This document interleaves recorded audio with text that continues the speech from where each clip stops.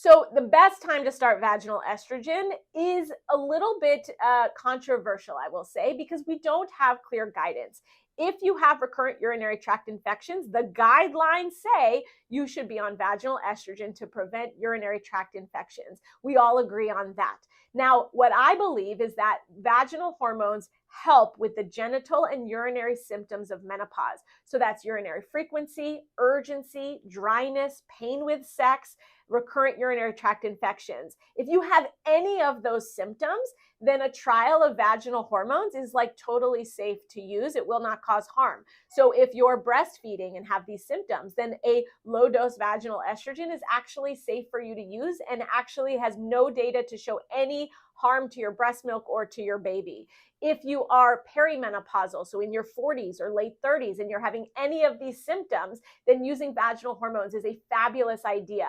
And if you are menopausal, then it is a must, in my opinion, because not only do most people have frequency, urgency, leakage, dryness, pain with sex, but I never want those things to happen. And I never want you being 98 in a nursing home, potentially having a urinary tract infection. So we should really use these to prevent urinary tract infections.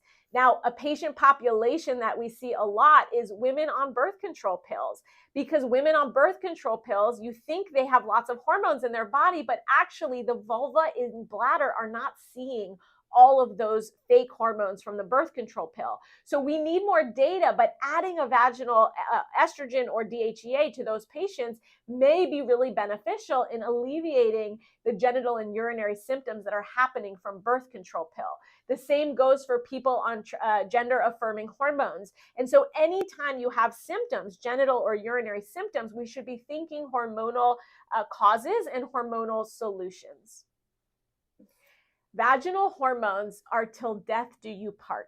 So it is really important that if your vagina does not have the hormones that it needs to support itself, to support the bladder, then adding it back is very safe and very effective to use. Now, if you're breastfeeding and once you stop breastfeeding, your hormones come back, you may not need vaginal hormones forever.